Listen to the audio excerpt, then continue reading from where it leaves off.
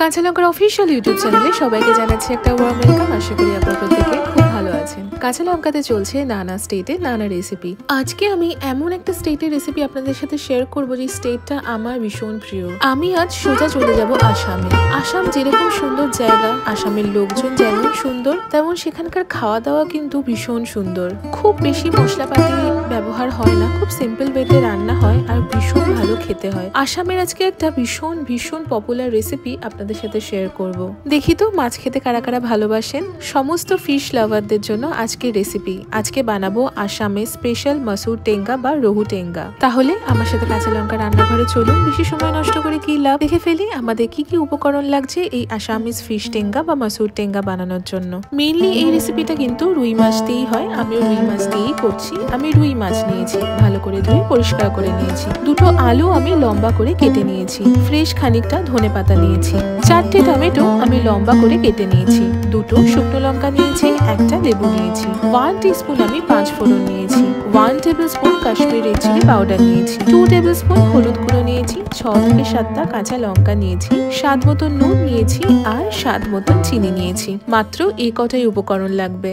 খুব সহজ একটা রান্না আর খুব ঝটপট হয়ে যাবে। রান্নাঘরে মোটেই বেশি সময় নষ্ট হবে না। চলুন তাহলে দেখি ফিশ টেঙ্গা বানানোর জন্য আমাদের প্রথমে কি করতে হবে। যে কোনো মাছ রান্নার শুরুর প্রথম যে স্টেপ সেটা করব, অর্থাৎ মাছে কিন্তু নুন হলুদ মাখাবো। আমি স্বাদ মতো নুন দিয়ে দিলাম মাছে, আর দিলাম অ্যারাউন্ড 1 টেবিলস্পুন মতো হলুদ গুঁড়ো। নুন আর হলুদটা দিয়ে মাছের সাথে খুব ভালো করে মাখিয়ে নেবো বা ম্যারিনেট করে রেখে দেবো। তবে এটা বেশিক্ষণ রাখার কোনো দরকার নেই।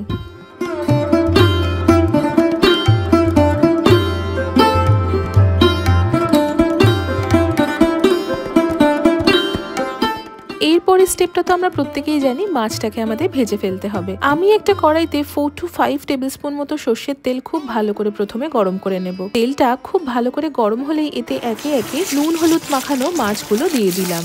মাছগুলোকে এবার খুব ভালো করে কিন্তু আমরা ভেজে নেব। তবে আমি কখনোই কিন্তু মাছটাকে ওভার ফ্রাই করি না। অতিরিক্ত ভাজা হয়ে গেলে আমার মনে হয় মাছের স্বাদটা বেশ খানিকটা নষ্ট হয়ে যায়। তাই জন্য আমি শ্যালো ফ্রাই করি। আমি এটা রুই মাছ দিয়ে করছি বটে, তবে আপনারা চাইলে কিন্তু অন্য যে কোনো মাছ দিয়ে এই রেসিপিটা ট্রাই করতে পারেন। এটা কিন্তু ভেটকি মাছ দিয়েও খুব ভালো লাগবে। দেখুন আপনাদের সাথে গল্প করতে করতে মাছগুলো কিন্তু আমার সুন্দর ভাজা হয়ে গেছে। ভাজা মাছগুলোকে আমি তুলে রাখবো। এবার ওই সেম তেলেই আমি কেটে রাখা আলুগুলো একে একে দিয়ে দিলাম। আমি আলুগুলোকে লম্বা লম্বা করে কেটে নিয়েছি। আপনারা চাইলে কিন্তু ডুমো ডুমো করে কাটতে পারেন। আলুগুলোকে বেশ লাল লাল করে ভেজে নিয়ে ভাজা হয়ে গেলেই আলুগুলো মাছের জায়গায় আমি তুলে রেখে দিলাম। আমার কড়াইতে যতটা পরিমাণ তেল আছে আমি এই পুরো তেলটাই কিন্তু ব্যবহার করছি। আপনারা যদি মনে করেন যে তেলটা একটু কমিয়ে নিতে চান, আপনারা কিন্তু তেলটা কমিয়ে নিতে পারেন। আমি এই সেম তেলেই প্রথমে 5 ফোড়ন দিয়ে দিলাম। 5 ফোড়নের সাথে দিয়ে দিলাম শুকনো লঙ্কা, সাথে দিয়ে দিলাম আমি কেটে রাখা টমেটো, আর দিলাম আমি 4টে কাঁচা লঙ্কা। সবকিছু এবার খুব ভালো করে রান্না করতে শুরু করে নেব। তবে অন্যদিকে আমি জলও গরম করতে বসিয়ে দিলাম। দেখুন টমেটোটা কিন্তু গলে আসতে শুরু করেছে। এবার আমি এতে স্বাদ মতো নুন দিয়ে দিলাম আর দিলাম স্বাদ মতন চিনি।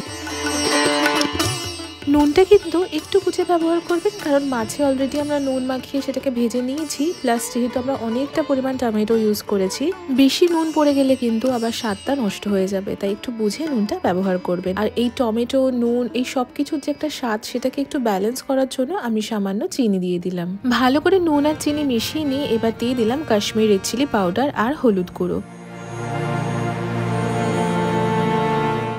খুব ভালো করে আবারও মশলাটা মিশিয়ে নিলাম। দেখুন কি সুন্দর একটা রং এসেছে।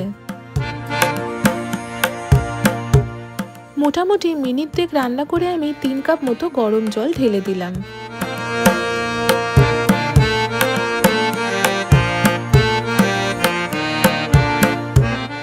এই মাছের ঝোলটা কিন্তু একটু ঝোল বেশি থাকলেই ভালো লাগে, যেহেতু একটু পাতলা পাতলা মাছের ঝোল হয়, সেই কারণেই আমি 3 কাপ মতো জল ব্যবহার করলাম। আপনারা যদি এতটা ঝোল পছন্দ না করেন, সেক্ষেত্রে জলের পরিমাণটা একটু কমিয়ে নিতে পারেন, কোনো অসুবিধা নেই।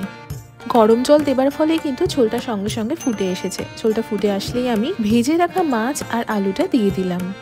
সত্যি কথা বলতে এবার আর বিশেষ কিছু আমাদের করার নেই। লো টু মিডিয়াম হিটে মোটামুটি 15 থেকে 20 মিনিট কিন্তু আমি রান্নাটা হতে দেব। আর তারই মাঝে আমি কেটে নেব বেশ অনেকখানি ধনেপাতা। এই রান্নাটাতে কিন্তু বেশ অনেকটা পরিমাণে ধনেপাতা ব্যবহার হয়, এতে কিন্তু ফ্লেভারটা ভীষণ সুন্দর আসে।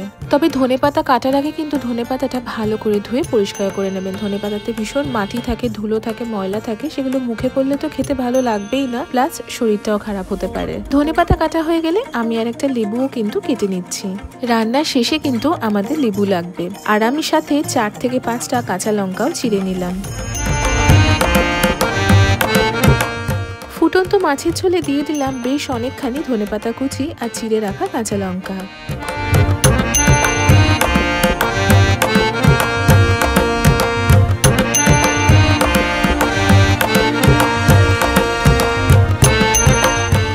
এবারে 15 থেকে 20 মিনিট রান্না করে নেব। 15 থেকে 20 মিনিট হয়ে গেছে, আমাদের আসামিজ ফিশ টেঙ্গা বা রহু টেঙ্গা বা মাসুর টেঙ্গা কিন্তু একদম তৈরি হয়ে গেছে। কি সুন্দর রংটা এসেছে দেখুন। এই রান্নাটা কিন্তু সত্যিই খুব ভালো খেতে হয়, আর তেমন সুন্দর কিন্তু একটা গন্ধও বেরিয়েছে। আর আলুটাও দেখুন সুন্দর সেদ্ধ হয়ে গেছে। চলুন তবে এবার সার্ভ করি। আমি সার্ভ করছি গরম গরম আসামের ফিশ টেঙ্গা বা মাসুর টেঙ্গা বা রহু টেঙ্গা। উপর থেকে ছড়িয়ে দিলাম ফ্রেশ ধনেপাতা কুচি আর দিয়ে দিলাম লেবুর রস।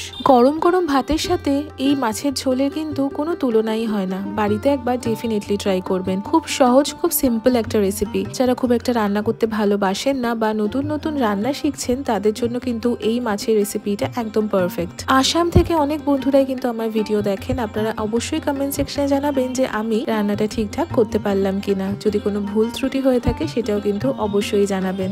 কেমন লাগলো আজকের এই সিম্পল মাছের ঝোলের রেসিপিটা কমেন্ট সেকশনে কিন্তু অবশ্যই জানাবেন। আমি আপনাদের কমেন্টের জন্য ওয়েট করে থাকবো। আশা করি আপনাদের আজকের এই রেসিপিটা খুব ভালো লেগেছে। দেখা হবে আরো একটা স্টেটের আরো একটা সুন্দর রেসিপির সাথে। ততক্ষণের জন্য প্রত্যেকে খুব ভালো থাকবেন, সুস্থ থাকবেন, আর কাঁচা লঙ্কাকে অনেক অনেক ভালোবাসা সাপোর্ট দিতে থাকবেন। See you soon and happy cooking.